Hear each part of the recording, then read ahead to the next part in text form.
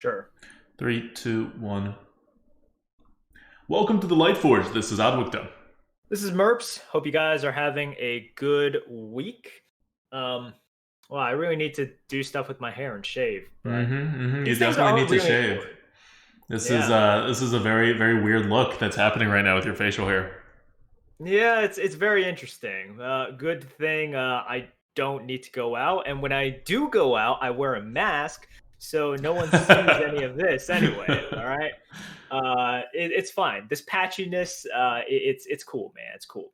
But anyways, we actually have a decent amount to talk about for Arena and BGs, mostly just because lots of stuff are happening right now. That are like not exactly from Blizzard officially, and a lot of stuff to just look forward to. So let's just dig right into it. Let's talk about what's going on with the Arena first. All right, so Arena, as you know it, is ending. There will be no more Arena. As per usual, October is event month in the Hearthstone calendar for Arena, and so this time it's starting October 1st. I forgot when it started last year. It might have been October 1st too. I remember last year it went on for a long time, and I have a feeling this one's going to go on for a long time too.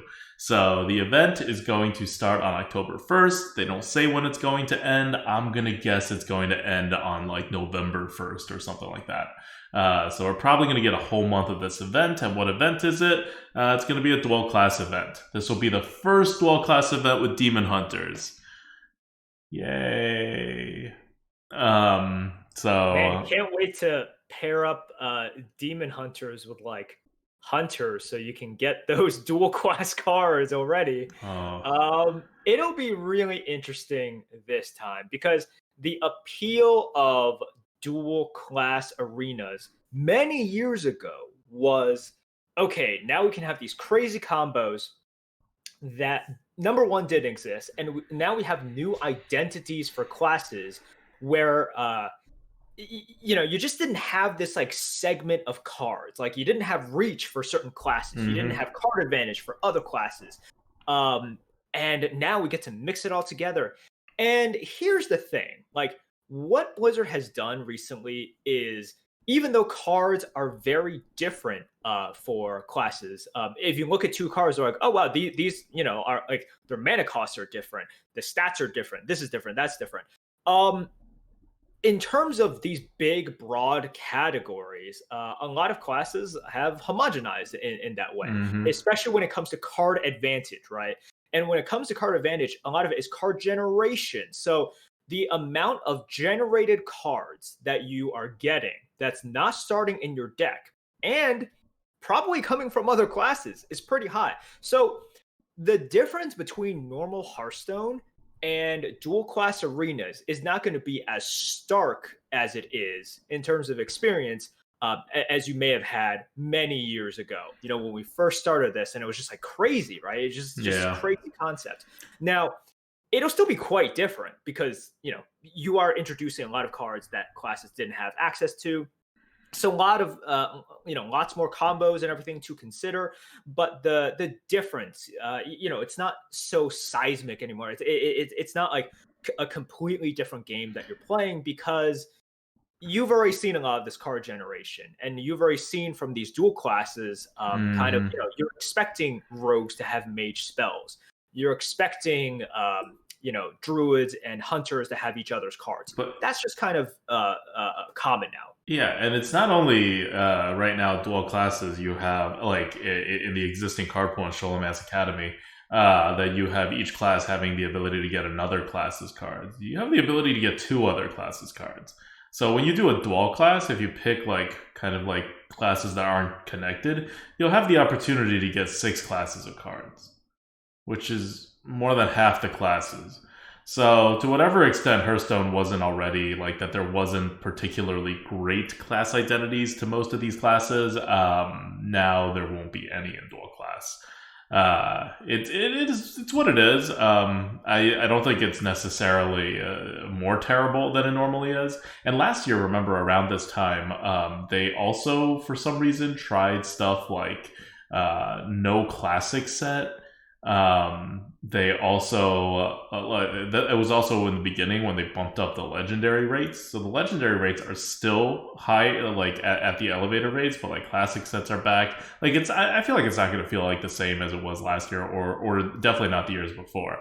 But it's going to be identity less, right? And there's going to be a one, two, three, maybe a few like super powerful class combos that are difficult to predict right now because it depends on what Blizzard's offering rates are for these cards. So you could look at it, and you could look at classes that look like they make a lot of sense potentially, right? Like if you want the rogue hero power and you pair with a class that has a lot of heals, because rogues don't have a lot of heals, you may think, oh, that seems pretty good. Okay, that's a pretty small synergy compared to like the ridiculous combos you could potentially pull off with certain like card pairings. Like I don't know. It just, I'm sure the possibilities are endless. I don't even have any on the top of my head. I'm not really a combo player. But it'll be, I think what you should do if you are trying to take this seriously, October 1st, by the way, is Thursday.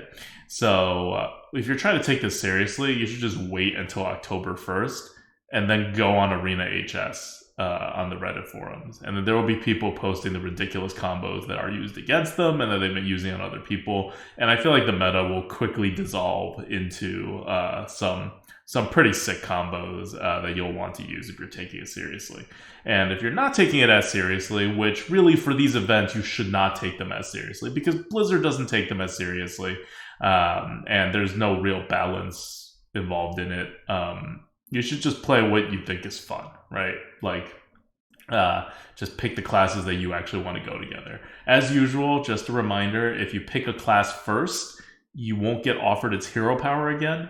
Like, you can't, in these events, you can't be rogue. So if you really want the rogue hero power, you should not pick rogue first. That's something that I always forget. Okay, so I don't know. This kind of it shuts down really a lot of deeper strategies and a lot of the more nuanced strategies that were already being a little endangered in Arena, but made a little bit of a comeback when they like kind of tuned power levels down in the latest balance patch. So now it's gonna all go crazy again. And it's gonna be crazy for a month. So I don't know. I would say I'm sad about it, but if you haven't heard, I've shut down I've suspended my solo streams for on Twitch for the next, I guess we have 7 weeks left, just to kind of recover. I was getting a little burnt out on Hearthstone in general, whether it's Arena or BGzzzz. So I am dodging this clusterfuck that's about to happen. But if you're going to keep playing Arena, this is what you're entering into. Just be wary. Yeah, I'll definitely try it out when it comes out. But I play through the previous ones, and like if we're talking about Arena as not very serious, right? This is definitely not that serious. So I'll play it. I most definitely would not get super into it. I think it'll be fun for a little bit. I think it'll also be fun to just sort of think about and sort of theory craft and check out all of these combos. And I think I might even just watch it more than I play it. But it's obvious that this is not going to be, something that you want to focus on if you care about the competitive aspects of Arena or Hearthstone in general. So that's the way I'm going to view it. I'm definitely going to check it out and then probably jump back into BGzzzz and see what new things, if anything, they're going to introduce to Arena afterwards. Yeah, this feels like a time to avoid Arena, which is sad because they got balanced to such a good point, and Arena was really in a very good spot, and they're just going to abandon it for at least the next month. I really hope it's not the next month. It's going to be the next month. But it's like, it's an event. Like, events should be like a week or two. Like, who has a month-long event? That's a rotation. Anyway, Well, we'll see, and it's unclear that they're going to bring back the meta at the end of October. When the event ends, it Yeah, we could have be no a idea. totally different meta. They could do actually a wild rotation at that point, which will be interesting in its own right, but it won't be balanced because they won't have time to balance it. Okay, let's talk about BGs. There's actually a BG news as well coming up on the same patch. So they haven't announced. Correct me if I'm wrong. They haven't announced balance updates, right? They didn't say They have not. They didn't say they were going to balance it. And BGs right now are terribly unbalanced, as I'm sure any BG player here knows. So that doesn't mean they're not going to do it. They've quite frequently done balancing without announcing it first. And I feel like the meta's so out of whack right now that they have to do something about it. But what they did announce is that along with this patch that's coming October 1st, there will be a MMR reset. Everybody back to 0. Hard reset in Battlegrounds. The first ever Battlegrounds reset since Battlegrounds beta happened like 11 and a half months ago. We've never had a reset. It's true. What we've only had is for 2 days. And if you guys played it at the very beginning, you know, for 2 days, they changed the weight of the MMR system such that you never get inflation. But they tried to calibrate it such that some of the people that were at 9K at the time, and 9K back then was like at the tippy top, who were about like 9K, if they got first place, they lost MMR. Yeah. Because they try to calibrate it in a way in that like you cap it so you don't have any inflation. And it was actually a pretty beautiful system. Like if you actually looked at the way it worked, but it angered a lot of people. Well, because it doesn't work without a reset. Exactly. You have to reset it. So the people at the very top just stop playing and they're like, okay, are you going to reset it? And resetting it would have been fine because it was like, a month and a half or something after the game first came out. So it was like, fine, just reset it, right? We're in beta. Like, you know, right now we joke about it's in beta, but that was like, you know, everyone was like, oh yeah, do whatever you want to do. Do whatever you need to do. Reset it. And they're like, no, we're not going to reset it. We're just going to go back to the way it was. And then fast forward like 9 months later and we're still doing this with massive inflation. So if you guys remember, like many months ago, the best streamers were 12K. Now the best streamers are 15K plus, and if you wait a little bit longer, they'll get to 16K. Like there is just inflation, and because MMR feeds upward. And then the top players are slowly just taking MMR from the lower players because it's not a zero-sum game. As they explained, you get a natural boost at the beginning from 4K to 6K. And although they said 6K, this was previously, like many months ago, it could have been extended. Up to a certain point, they're kind of feeding you MMR. So even if you're not improving, you're going to passively just get to a certain amount of MMR. So this is already creating that inflation. So you're creating sort of MMR that other people can feed off of, and then it'll slowly trickle its way up, and you have this MMR inflation. So right now it's I remember many months ago, people were looking at 13K as this elusive, like, oh my gosh, that is the dream, you know, like who's going to get to 13K? That's like, and after they got to 13K, it's like, all right, no one will ever get to 14K. I remember people were talking, it's like, all right, that's not possible. And now we're looking at 16K.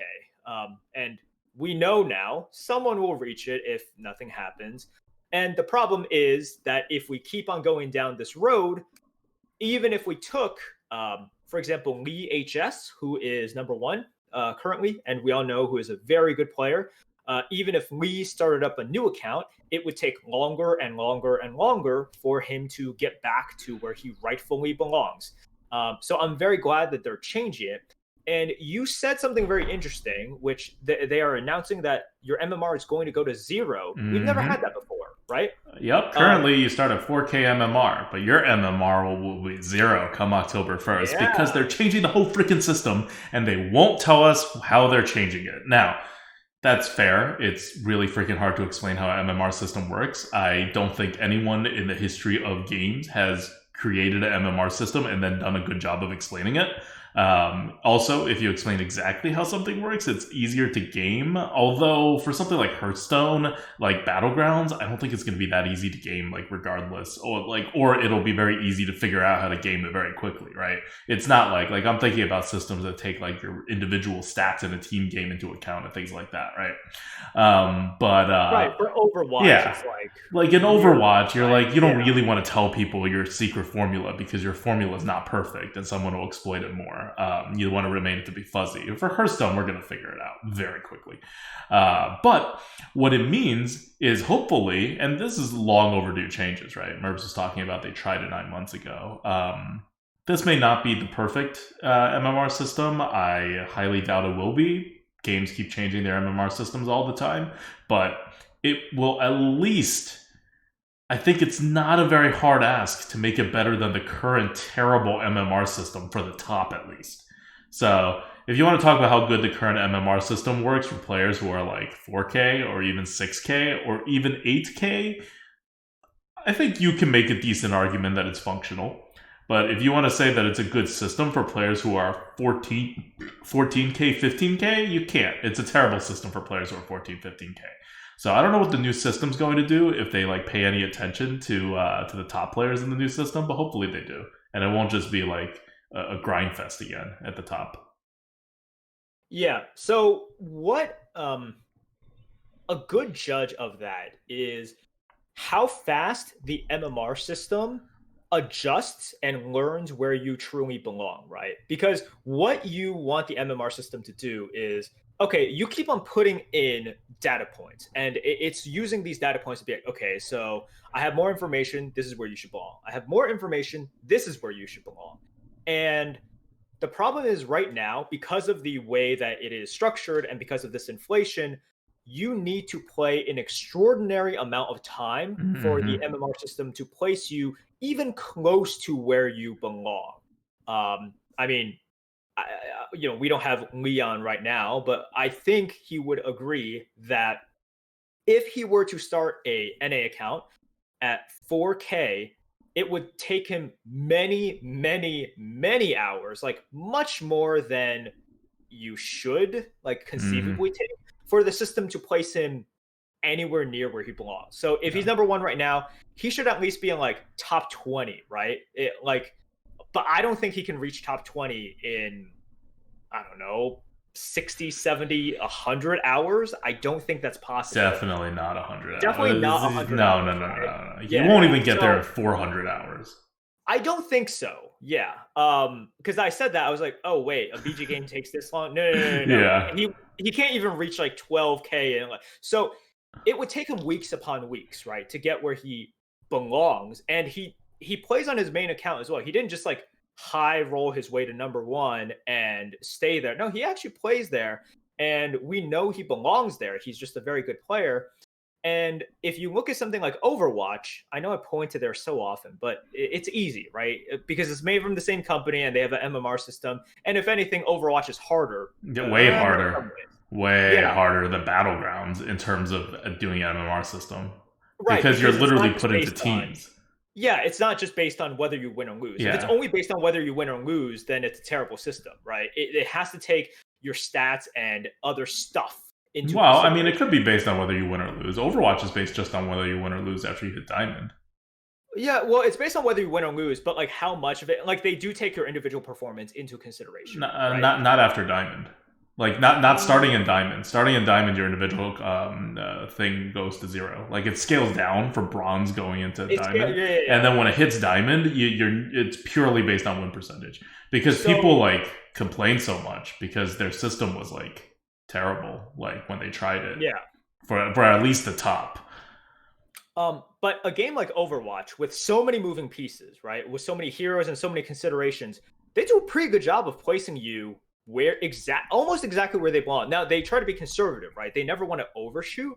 But if you are a Grandmaster player, even if you're a top 500 player, they'll get you pretty close to there after just like 20 hours. Like 20 hours, you can get there. You can definitely get to Grandmasters in 20 hours.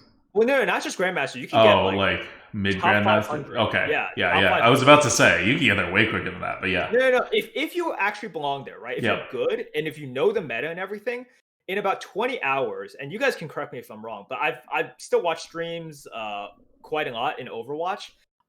Yeah, you can do it. You can get back to top 500.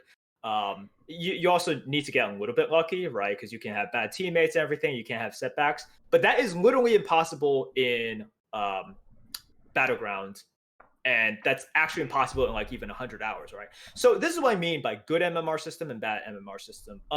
Additionally, Blizzard has told us for Battlegrounds what some information. So everyone gets reset to 0, but you have a hidden MMR score. So you have the score that shows, Yeah. and you have your actual internal MMR. Right. So right now, the number you see is your internal MMR and your external MMR, if we want to say it's one and the same.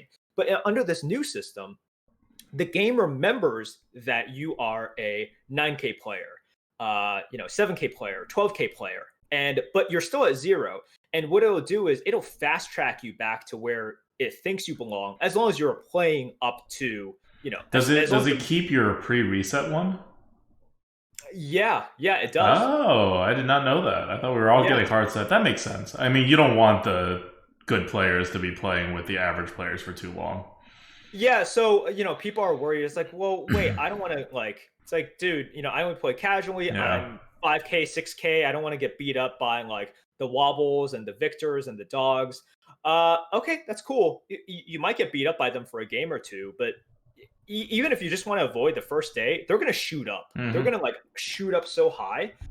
You won't play with them anymore. Like, so sure, just don't queue up in like the first 2 hours. Literally, that's it, and you're gone because they should be gaining like, I can't put a number on it because I don't know what the scale is going to be, but they're going to outscale you so fast. Even if you get a first place and they get a first place in the first half hour, from my understanding of what Blizzard has shared, they're going to shoot up much more. That's exactly how Overwatch works, right? Like you have a SR, which is your quote unquote skill rating, which is the one that gets shown, and that's the one that moves based on your hidden MMR, which is the one that Blizzard actually matchmakes with.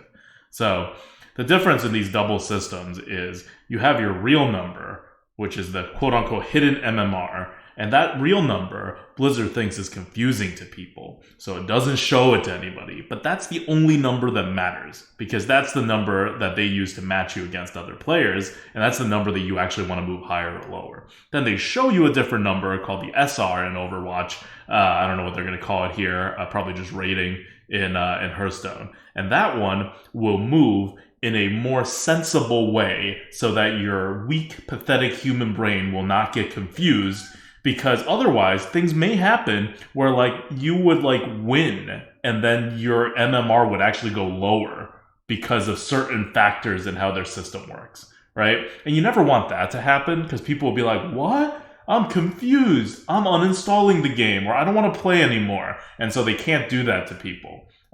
So the SR is a way of trying to make you feel better. And that's the only one you're ever going to be able to see. But over time, and not too long, over like pretty short periods of time, your SR will always more or less track into your MMR. So I mean, they did it for Overwatch. It's kind of like if you're as deep into the game as people who are listening to this podcast are, then you don't care. You would really much rather just have them show you your MMR and get it over with. But the system is made for like casual players, so that they think they know what's going on and they feel better about everything. And it honestly doesn't affect high level players, or like not just high level players, just people who care about this. It doesn't affect those people too much, because your SR is going to go into your MMR anyway, and you're going to be match made based on your MMR anyway. So it's really just that they're not going to show you your exact position accurately, but it's still like close enough that it shouldn't affect your perception and evaluation of yourself. Yep. Oh, additionally, Blizzard has come out and stated that with this reset, they are going to be doing more regular resets. I believe they also shared some info on how regular they want it to be, but it wasn't sort of like this is going to happen. So I'm going to leave it as is and just say expect more regular resets from this point onwards. You're not going to have a period in which you literally have a year with no resets, Yeah. you know? Yeah. And so this could be very different. Not only are there going to be more regular resets, you could have a system with zero inflation, with like a cap effectively, right?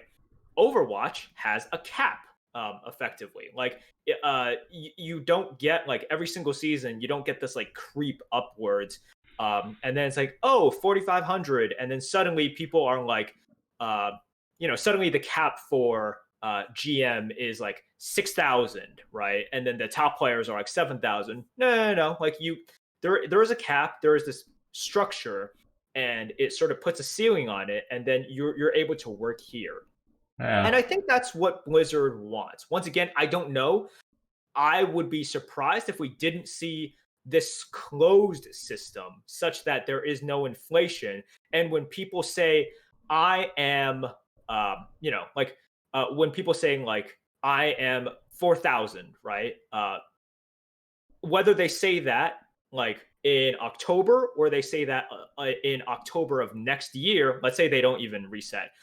It means the same thing. It's unlike BGzzzz, in which the beginning of this year, if you said, I am 10K, okay, great. You're one of the top players in the world. Like literally the handful of top players in the world.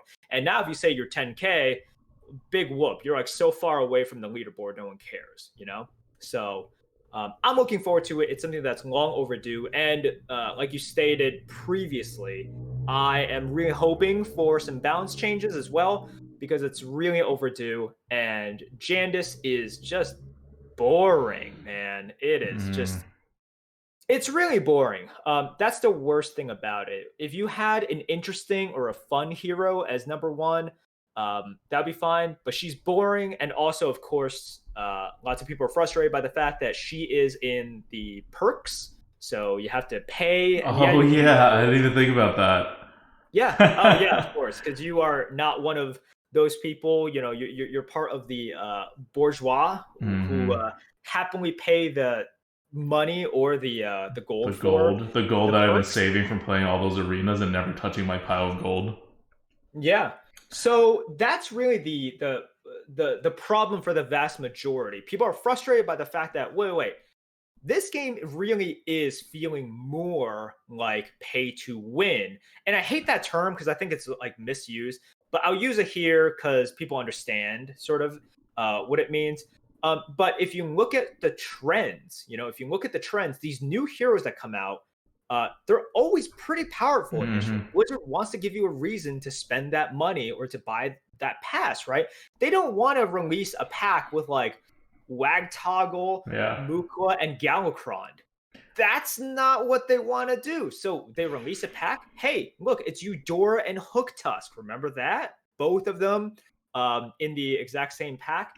And now here you have Jandice and Omu. You want to play with these, right? Like they're two of the best heroes. God, I didn't even think about that because, like, for me, I just always like obviously the first day of the season, right? I buy the pass, but that's terrible. I don't just mean like it's terrible because it's pay to win.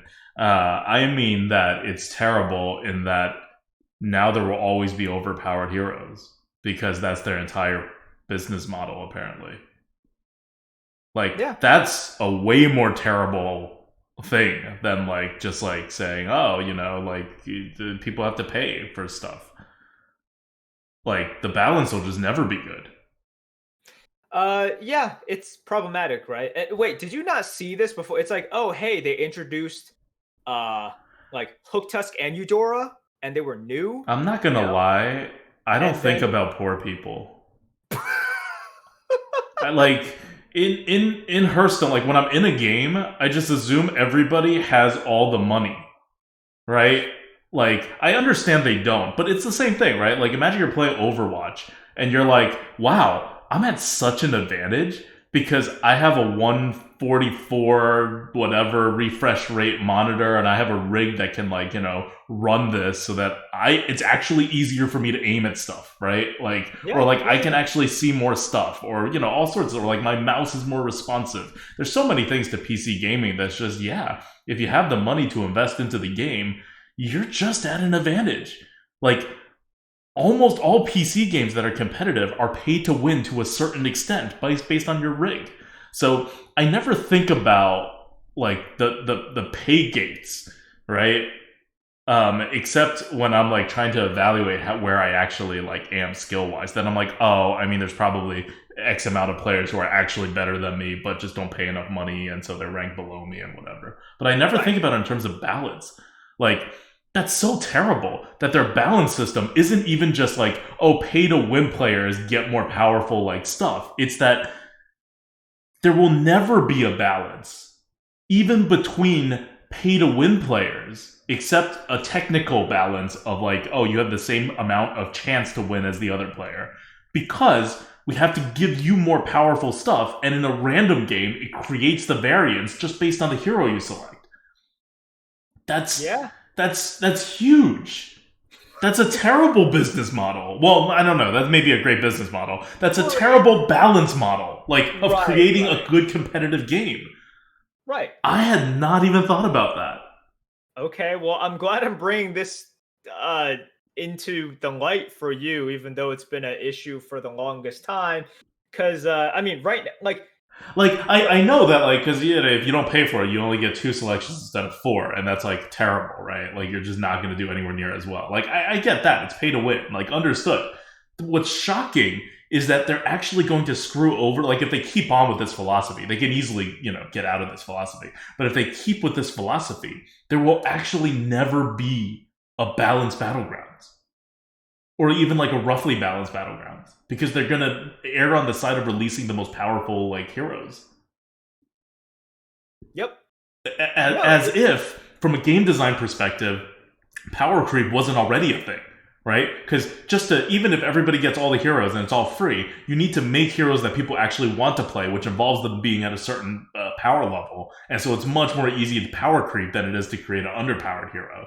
Yeah. Like, even beyond that, they just put another thumb on the scale from their business model perspective to just, like, make sure that the stuff they release is super powered. Oh my god. Right. Like I said, they're never going to release a pack of Galakrond, Mukla, and Wagtoggle, right? Yeah. Oh, this is terrible. Yes. And this is coming from someone who doesn't even think twice about paying the 10K or however much gold for each season of Battlegrounds. It's 2.5. This is like Arrested Development. It's like, how much could a banana cost? You know what? Like, God, you're so disconnected. Okay, guys, if you're listening to this and you're wondering if I'm like filthy rich, I'm not filthy rich, but I have been playing Arena for the longest time, and I've always had a policy of basically just not using my gold to buy packs or anything, except like, now and then I'll splurge on a pack for the hell of it. So I have like, I don't know, 50k gold, 60k gold, just some ridiculous amount of gold just sitting there. Right. And I've had it for years. So it literally, it doesn't even cross my mind whenever I'm clicking on buying something with gold, how much gold it's actually costing me. Right. No, that makes total sense. I still look at it because I look at it. And you have proven throughout the years to not be the most observant person ever. I think you might agree with that. Okay. So I'm not surprised by this at all. But yes, I'm glad this has been finally brought to your attention many months later. They got to change that. They got to change their balance philosophy. Like, yeah, it's still beta and everything. They can play around with it. But, like, Blizzard, if anyone at Blizzard is listening to this, and I know now and then Blizzard people do listen to our podcast. Like, I've gotten, what? You have, like, Blizzard people comment on, like, stuff that, like, people, like, say or whatever, and just, like, stuff that we say and no one else says sometimes.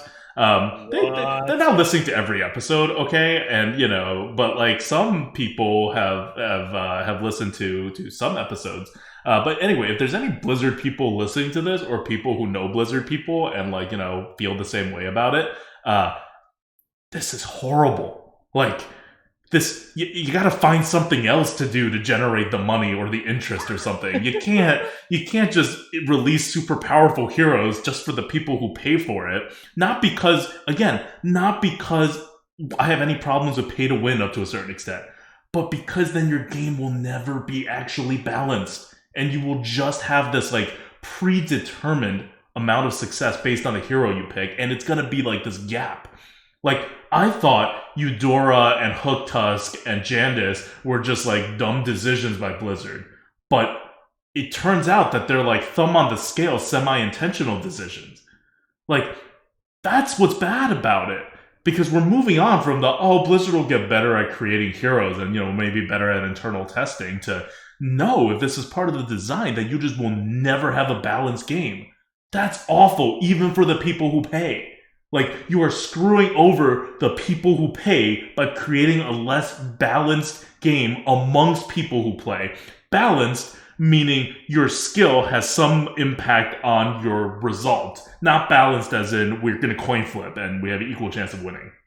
Okay, so yeah, this is like this is like the moment where you're like the little kid, and suddenly you're like, companies don't have our best interests at stake all the time, and then it's like, and then you like realize you're, oh my god, like, oh my god, I can't believe they would do something like this because there's already so much thumbs on the scale in a normal game design process for strategy games, especially to power creep. Like, that's like a very well known, well studied thing on every strategy game that's ever been made before that had to like patch and or release expansions. Like, they know it. Blizzard's been doing this for God knows how many like years, and then they put another thumb on the scale in the system. I feel like this is like kind of a bug in the system that they're just trying to see how bad it is, and I hope they look back on their releases between Hooktusk and Eudora and Jandis and is like, yeah, we can't do that. Like, we gotta tone down the overpoweredness of the initial release. Yeah, and this is really important because for as much as, okay, so Battlegrounds is huge right now, and I think what makes people excited about it is they see its potential. They see its ability to transcend and break through and sort of push the boundaries of what Hearthstone has carved out. If you look at Hearthstone as sort of like conquerors or an empire, they've carved out like a large piece already. But BGzzzz is special because it can further expand that empire by so much. I have some IRL friends who never really got into Hearthstone, like constructed or arena, but they like Battlegrounds. They like playing it. They like how easy it is to watch and understand. It's just fast and fun, and they like it. And they're like, it's something in which I have seen through personal experience, and these people are like, oh, cool, that's good. But what has like really driven these people as well is the fact that, there is this carrot in front of them, right? There is this competitive integrity. There is this competition. They like watching these big streamers play it. I have friends who like to watch Dog, right? They they obviously like Dog's streaming personality and everything, but they like how good he is at the game, which is proven by the MMR system and everything. And that's what has hooked them to the game. Like, it's cyclical. They play the game, so they want to watch good people play the game. And by watching more good people play the game, they want to play the game to sort of practice those things that they saw, right? They just saw Dog do a sick double Khadgar transition into 20 triples. They're like, I can do that, smile. And then they try it, and maybe they succeed or maybe they fail, probably fail. But that has to be there, and that has to happen. You need these people at the very top to have this competitive drive, right? It's like I talked about it before.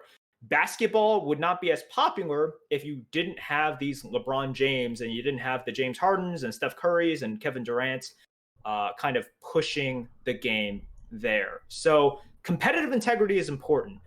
The idea that there is an even competition, that there is this like steadfast integrity is very, very important. You want to keep your top players happy and motivated because it brings everyone's interest up. I love watching these guys as well. And it motivates me. And also the fact that they are like so good, and I know that they're so good purely by their own skill and everything, that is a huge motivation for a lot of people. So when we talk about a lot of these things in competitive balance, and we're like, oh, we want to see these changes and everything. I hate when people say it's like, oh, dude, but it's just a casual game, teehee. Why don't you? It's like, it's just a game. It's just for fun. It's still in beta. No, no, no. We see the potential in it. And I think anyone who is good at the game or half decent at the game can immediately see why it succeeded and why it can be absolutely huge. And we want it to be huge. Our goals are very much in line with Blizzard, or what Blizzard's goals should be. And it's not like with stuff like this, it's not like, oh yeah, the top 1% of players care about it. No, like probably of the people who really care about this game and play a lot of it, probably like, I don't know, the top 30% of players would care about this, because you don't have to be like 11k, 12k, 13k, 15k rated to feel that Jandice is OP and that this makes your gaming experience less fun.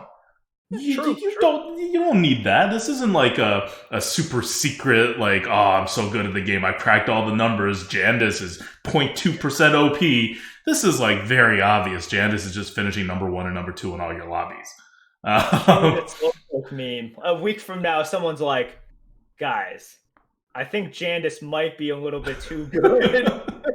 Like, you know, like I understand if, like, I don't know, a casual who like the first like 3 runs that they play with Jandice in, they're like, oh, that's an interesting new hero, without thinking much about it. But any of your regular players will know, like, it's just a bad game model for, like, there's a winner and a loser at the end of every game, you know? Like, it's competitive by nature, you know? And this is not like the MMR system at the top, where only the top players notice and care. This kind of balancing thing is something that affects maybe not everyone, but a very large plurality of your players.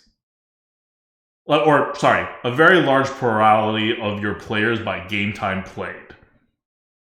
Not by account made that has played this game once in the last, you know, since like the expansion was released or whatever.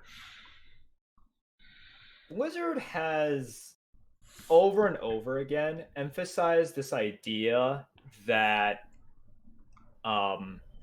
every voice is the same. And what I mean by that is they hear a lot of the complaints and they hear a lot of these sort of suggestions, and a lot of it is, I think, easily dismissed by, well, it's a small segment of players. It's really weird because basically every other game company has recognized that not all voices count for the same.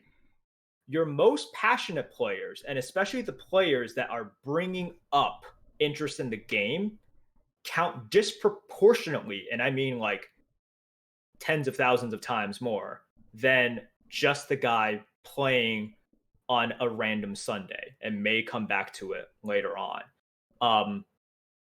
It's one of the things that's very puzzling for me because, for example, with the 4-stack, I don't think there is a single player who has been on the leaderboard or who has streamed or who is in favor of it. This isn't even like the synergy picks in which we have, you know, our resident arena enthusiast Taro being like, I love synergy picks, teehee. All right, take out the teehee. That's my thing. But even with something almost universally hated like synergy picks, you still had 1 or 2 people being like, yeah, you know what? I can see why this is good for the competitive nature.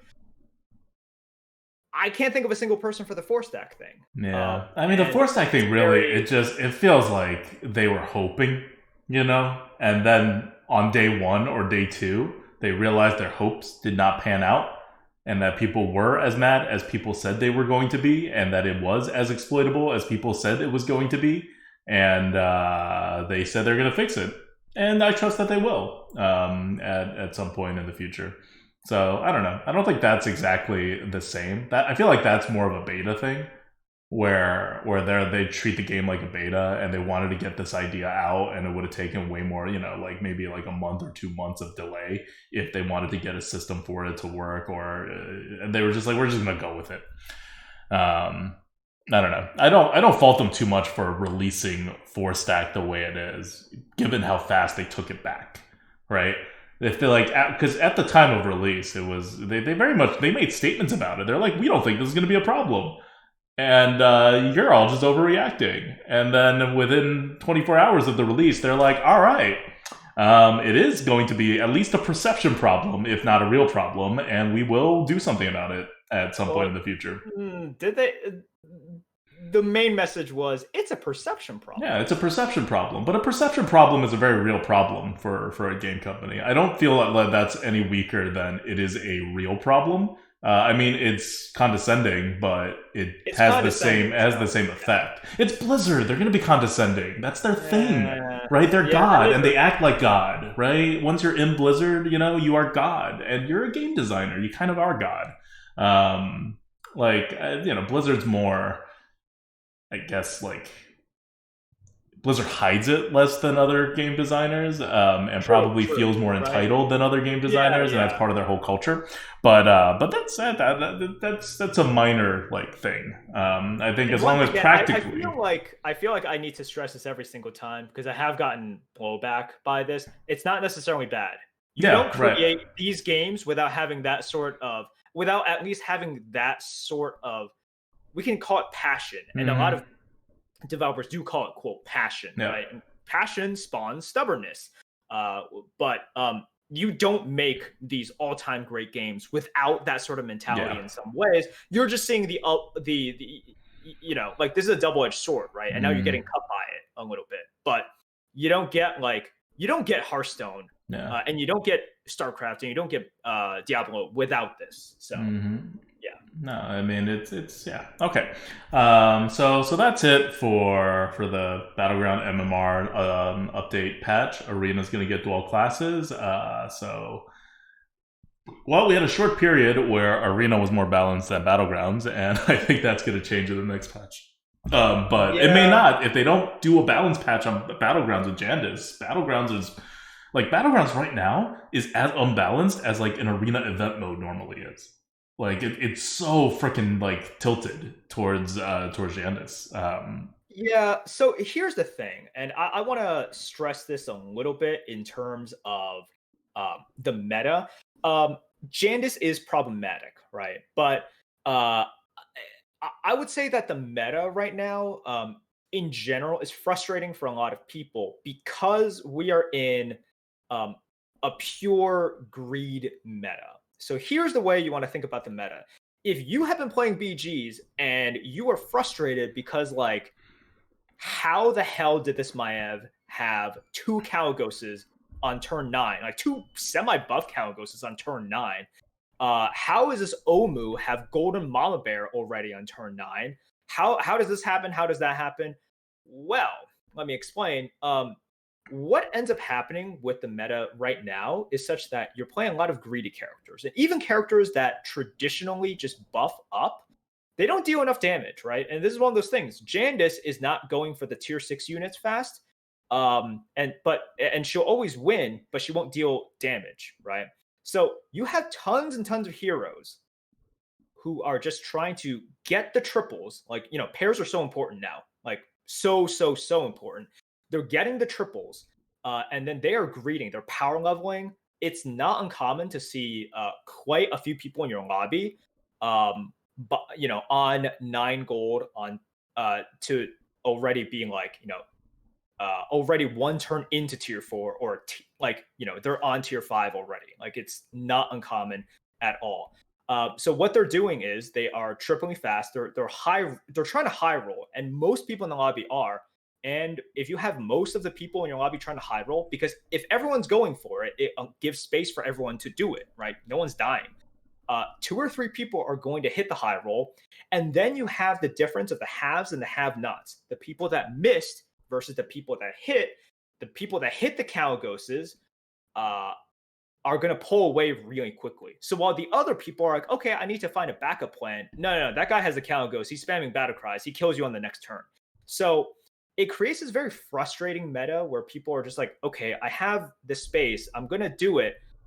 And you run into that Maiev on turn 9 with double Kalagoses, and you're like, okay, I'm just dead. The amount of times that you die or you kill someone on turn 9 is so high these days. People will die by turn 9. And I think that's very frustrating for a lot of people because there is really no disciplining from any mid-range characters.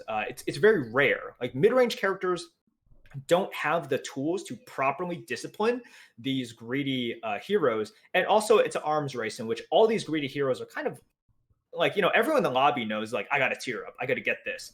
So it's creating this system where people are getting these high rolls or they're dying.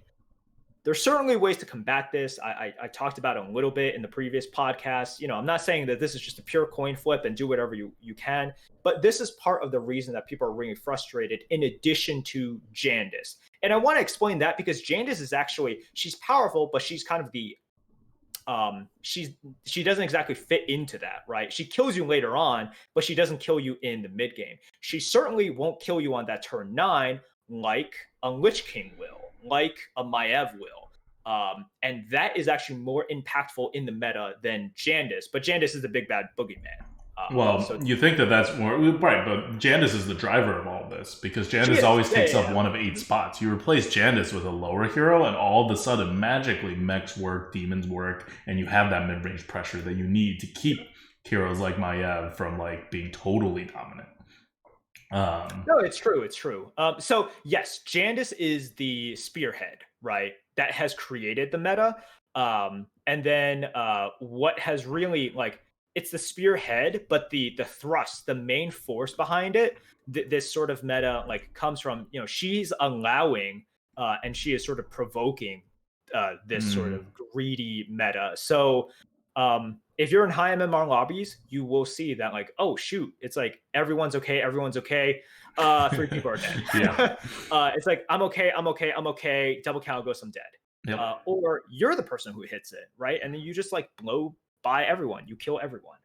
That's sort of how it is. So I do hope they change stuff. I do hope that they change everything because it's definitely not the most fun. There is still quite a lot of skill involved, but it is not the most fun. Speaking of skill, let's talk about something else in BGzzzz. Did you want to say anything else Nope. about the meta? Nope, okay. Nope. So I want to talk about a little tournament that is going on right now. I was going to joke and say it was an arena tournament, but none of you guys would believe me. It's a tournament kind of sponsored by Blizzard and also the U.S. Marines. It is the Hearthstone Battle Blitz Esports Arena. It's a huge event that has 8 invited players, and then it has 4 qualifiers with 2 players, the top 2 players in each qualifier, advancing into the finals. And each qualifier has 128 players, so it's a big field, pretty stacked field. And these tournaments, the 4 qualifiers, are being casted by Slissa and Sunglitters, as you guys know, very high leaderboard players, and also just like very prominent content creators in the BG community. And then they will be playing in the finals along with people like Crip, Collins, Dog, Show, Super JJ. I'm like Victor, and I'm forgetting like one person, I think. But yeah. So it's going to be a big event, and we just had the first qualifiers yesterday, and our very own scam artist Mason Moon, you guys know freaking Mason Moon. Freaking Mason Moon. I take all credit, by the way, for all those times in private lobbies as he scammed me, okay? Those scam practices where he won those 2% against me, that was so clutch when he had to pull it off live in a tournament. All right. But huge congrats to Legend Heart. It was his first esports event, I learned, in general, and he got first out of 108 qualifiers. It was a really stacked field. We had people like Team America, Lee, #1 in NA. We had high leaderboard players like Death itself. We had a lot of streamers like Nicolina, Oyesh, as well. Yeah, So if you want to know how good Legend Heart slash Mason Moon is, it's still weird for me. I had no idea he was Mason Moon until we did private lobbies with him. But Merps and Legend Heart basically taught me everything I knew about Battlegrounds. Because Legend Heart's a mod and always in chat, and when I say, "Oh, Twitch chat's going to teach me to play," like half of that at least was Legend Heart. So like he's so good at this game that he can bring me up to like top 200, like with a delay, and I'm very slow. you're very So slow. You're very like slow. he's very good at like distilling the essence of like the things that matter. Like, and that's what's important too. Yep. So congrats to Mason Moon, aka Legend Heart, aka Scam Artist of the Century. And I can't wait to see more. So the other qualifiers are going to be on October 1st, October 3rd, October 8th. The grand finals are on October 10th. The qualifiers were such a good watch. Slissa and Sunglitters did an exceptional job casting. And first of all, they're my friends, so I understand this is, I'm kind of biased because I'm always rooting for them. But I think they did such a good job of making it entertaining and being very, very good at distilling information, telling you what you need to know, and breaking down very complicated turns and complex strategies into something that anyone can understand and everyone should be interested in.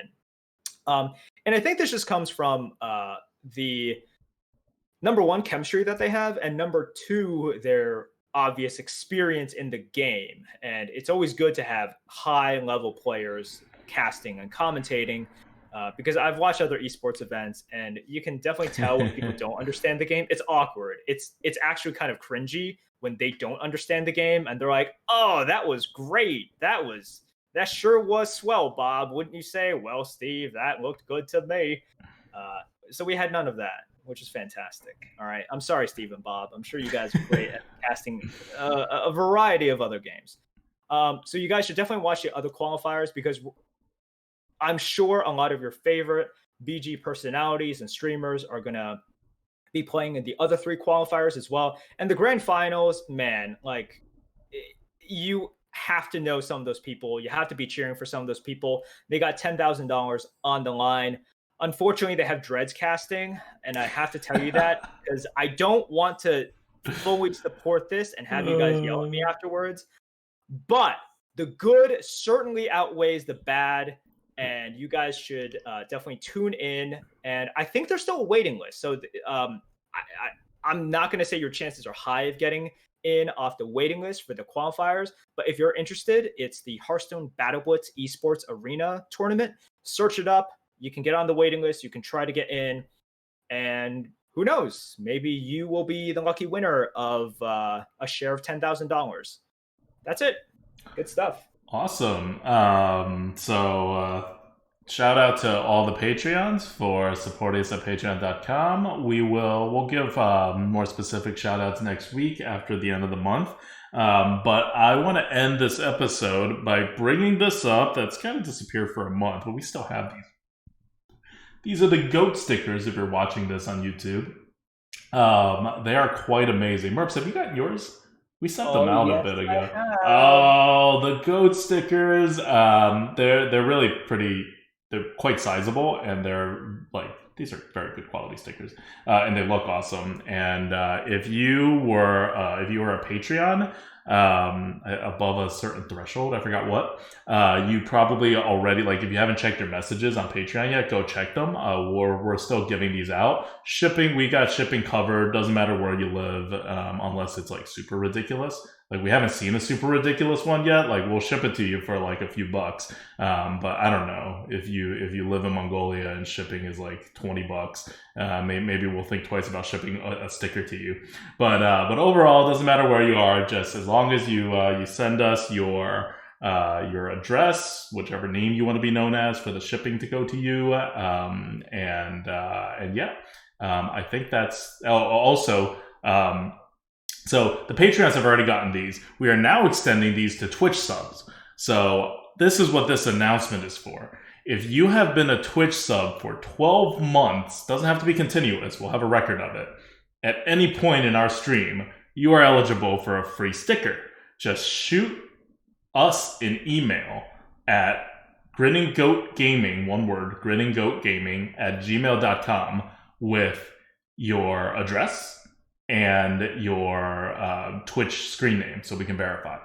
You also have to be a current sub, but you can also accomplish it if like you were a sub before and you're not a sub anymore. You can also just sub for 1 month, and that's fine. We can't check unless you're a current sub. That's really the only reason we're making you sub again. We're not trying to get that extra sub money before we give you a sticker. But it does work out that way. So there's about 30 of these left, and it's a first come first serve basis for anybody who has 12 months of subs or more historically. And grinninggoatgaming@gmail.com. Just shoot us an email and we will get it to you. We may not be fast about it, so don't be like this process of just getting it over to the Patreons took like a month. So we actually work very slow. But you will get these like before the holidays. That's the amount of time I'm giving this slow process that we have here. And again, huge shout out to Brand New for getting these done and